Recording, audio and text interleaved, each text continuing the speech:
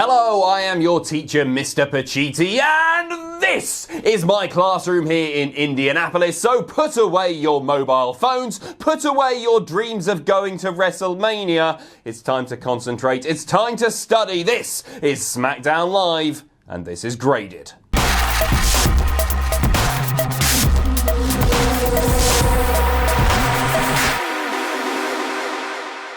Kicking things off with The Miz, despite the fact that the Kofi Gauntlet match was definitely advertised as opening the show. I know you're a heel now, Vinny, but messing with scheduling, too far. So Miz comes out and just says, let's take a look at why we're here, and points to the Tron. A video begins to play recapping Shane's turn at Fastlane, and of course his promo last week, which was fantastic, by the way, and you're welcome for the baked potato line, Shane. Glad you're a fan of the product. Miz says that for over 10 years he's been focused on one thing, and that's the road to WrestleMania, and he's sacrificed relationship after relationship for this business, but all he wanted to do was make his baked potato proud. He says that people warned him about Shane, but he just didn't listen, and Shane, you are a vile, conniving human being, just like your father, for changing the order of the matches on SmackDown. He didn't say that, but he was thinking it. Miz says the McMahons may own the WWE, but they don't own him, and they don't own Kofi Kingston. He has had to fight for his father's love, for the fans' respect. The fans start chanting, you deserve it, and he bloody does. And then he says, Shane, what you deserve is an ass whooping at WrestleMania. Mic drop. A terrific promo from The Miz, and one that is absolutely deserving of an A. They have turned this feud into something that was, I don't want to call it a laughing stock because it was still entertaining, but something that was mostly silly. They've turned that into a story that we're all getting behind because we're so invested in those two characters. Miz blending in elements of reality combined with a sincere and compelling performance made this absolutely fantastic, and I know you're probably excited about your new kid and everything, but you just got an A from the best teacher in the world, so that has to be pretty damn special too. Next up, it's the Boss and Hug connection. Bayley and Sasha, who have finally graced the blue brand with their presence. They will be taking on the Ikonics, who as always cut a fantastic promo on their way to the ring. After a few minutes, the sassy Southern Belle, Lacey Evans, does her shtick. That causes a distraction, allowing the Ikonics to take control. And I'm not going to keep having a go at Lacey Evans because it's becoming tiresome, but that is the problem. This whole thing is becoming tiresome. Let her do something so we don't end up hating her forever. Bayley gets the hot tag, in comes Sasha. She beats up Peyton Royce for a bit. She goes after Billie Kay, who ends up holding Sasha's leg and then kicking Bayley's face off. Peyton rolls up Sasha.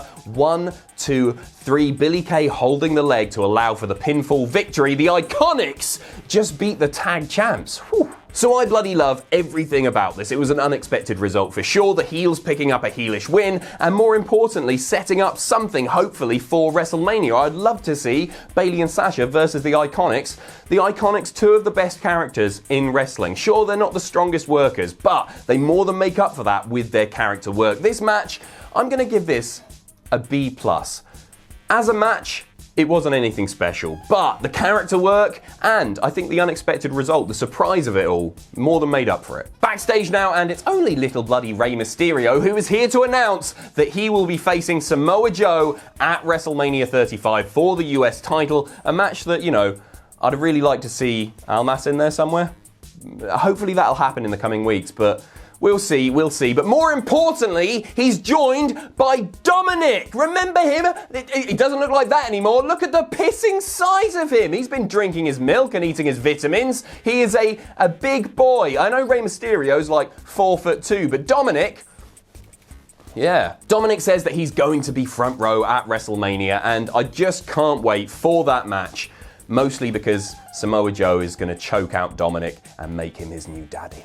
It's now time for the Kevin Owens Show, hosted by, well, Kevin Owens. He's gone all Sam Driver with a t-shirt tie combination. Very nice indeed, Kevin. His guests tonight are Becky Lynch and Charlotte Flair, and not Ronda Rousey because until SmackDown goes to Fox, she's too expensive. So Becky and Charlotte sit either side of Kevin, and then Kevin Owens starts listing off some of the insults from the feud, starting with Ronda Rousey because she's not there, and then moving on to Charlotte. He's like, Charlotte's saying that you'll be carrying her bags by SummerSlam. Becky's saying you were shoehorned into the match. It's proper playground playground he said, she said stuff, which was great. Kevin Owens coming across as a bit of a dick, but a lovable dick, which if he is going to continue to be a babyface, is exactly the way that I would like to see Kevin Owens presented. Owens then goads both women into standing up and says that it's normally fight Owens fight, but tonight it's fight Becky fight, it's fight Charlotte fight, and then let's them fight. So the two start to brawl, Becky throwing Charlotte into the barricade before the referees try to break them up,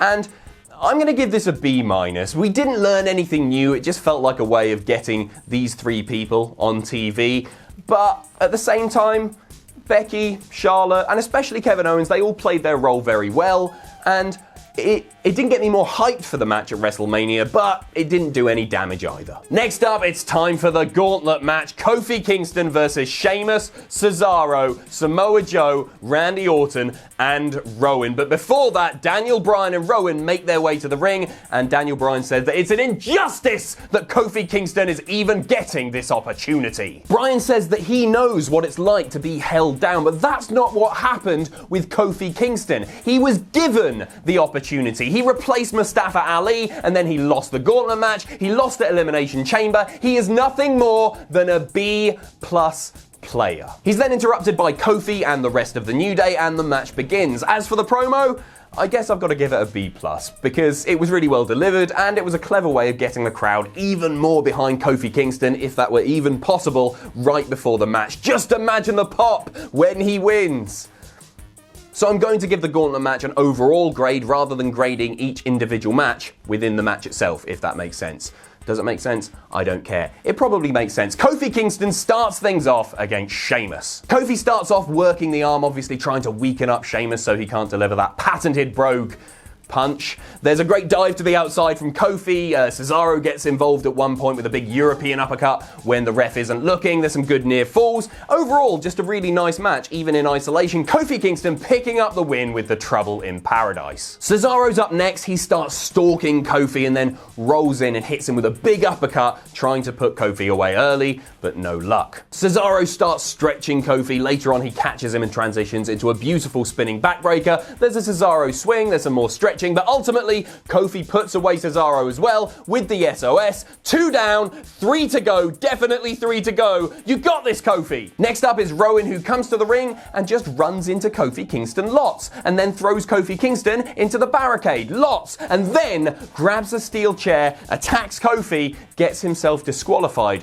3 down, 2 to go, but Kofi is knackered. Rowan, what an idiot! Except he's clearly not an idiot, because he's been sent down there by Daniel Bryan to do his bidding for him, playing the henchman role absolutely perfectly, and presenting the idea in our minds that, hey, Daniel Bryan, despite what he says, is just a little bit scared of Kofi Kingston. Rowan then puts Kofi through the announce table, and how will Kofi overcome the odds? Seriously though, nice booking. Rowan looks like a monster, Daniel Bryan looks like a smart heel, and the image of Samoa Joe, who comes out next, being there to pick apart Kofi Kingston, was a nice image and very in fitting with Joe's character. Samoa Joe laying in the strikes, Kofi Kingston trying to make comeback after comeback, but not able to do so because Samoa Joe is a big, scary man. A nice note on the production side of things, by the way, they kept cutting to backstage, and at the beginning, there were just a few guys there, and by the end of the match, the entire babyface SmackDown roster are all crowded around the monitor, watching the match, cheering on Kofi. Nice stuff. Kofi ends up beating Joe with a chance roll-up following a reversal to a muscle buster, which was very nice indeed. There is one man to go. His name is Randall Keith, but before he comes out, Samoa Joe, of course he bloody does, locks in the Coquina clutch, making Kofi Kingston pass out. How can Kofi win now? Back from commercial, and Randy Orton is beating down Kofi at ringside. He grabs Kofi's head and screams at the crowd, "Trust me, he ain't your guy. Stupid!" Nice little throwback, and then he gets him back in the ring, and some vintage Randy Orton rest holds. Orton goes for the RKO, but Kofi ends up hitting Trouble in Paradise. He's crawling, trying to get over to Orton's body for the pin count, but Orton rolls out of the ring and... A little bit later, back from commercial, Randy Orton goes for another RKO. Kofi reverses. Roll up again. 1, 2, 3. Kofi Kingston is going to WrestleMania, baby! He's celebrating out there in the ring, and then... No chance! That's what you go. Oh no. No, Vinny. Vince says that was miraculous. Kofi, you are going to WrestleMania! If you can beat one more man. Big E, get out of there. Xavier, get out of there. You have to beat this man. Daniel Bryan. Of course, it's bloody Daniel Bryan comes out there with a little smirk on his horrible little disgusting face. Bryan immediately lays in the kicks, there's a great belly-to-back superplex, and then Daniel Bryan locks in the label lock, but Kofi manages to get to the ropes and the crowd unbelievably hot at this point. Kofi then hits an SOS for an amazing near fall. He goes up for a splash which didn't quite work. Daniel Bryan then grabs his arms, starts kicking his bloody head in, and then running knee, 1, 2, 3. Kofi Kingston is not going to WrestleMania. End of show. The last minute addition of Daniel Bryan was certainly unexpected. I think a lot of us expected a curveball, especially when Vinny's music hit, but probably not that. A lot of people are really pissed off, and that's a very good thing. This worked on every level for me. WWE fans are now more behind Kofi Kingston than ever before. He is the hottest property in the company. Daniel Bryan is a conniving, opportunistic mega heel. And as for Vinnie Mac, I haven't been so upset by Vinnie Mac since Montreal or Saudi Arabia. We know that the heel authority figure is played out, but if there's anyone who can do it effectively, it's Vince McMahon. This match gets an A. The only things that let it down were a couple of botches, the biggest probably being that Randy Orton's shoulder definitely came up during that pinfall, which was pretty stupid of Randy Orton, but otherwise just a fantastic match. And Kofi Kingston is going to get into that match at WrestleMania. And I don't know how he's going to do that. You don't know how he's going to do that, but he's going to do that. He's surely going to do that. And that is what makes compelling, enjoyable TV. We have to tune in next week. They've done their job so effectively. Overall, this episode of SmackDown gets an A-. It may be looked back upon as a one-match show, and in some ways it was. But let's not forget that everything in the first half of the show also made sense and also built to WrestleMania pretty effectively. Just realized I forgot to write a joke. What's a vampire's least favorite pay-per-view? Bad Blood. People will love that. Hasn't been around since 2004. Thanks for watching. Let us know what you think in the comments down below. You can follow us on Twitter at Cultaholic. You can find us on Facebook at facebook.com/Cultaholic. If you enjoy what we do here at Cultaholic, you can pledge to us on Patreon. That's patreon.com/Cultaholic. And most importantly, don't forget to hit subscribe and join us.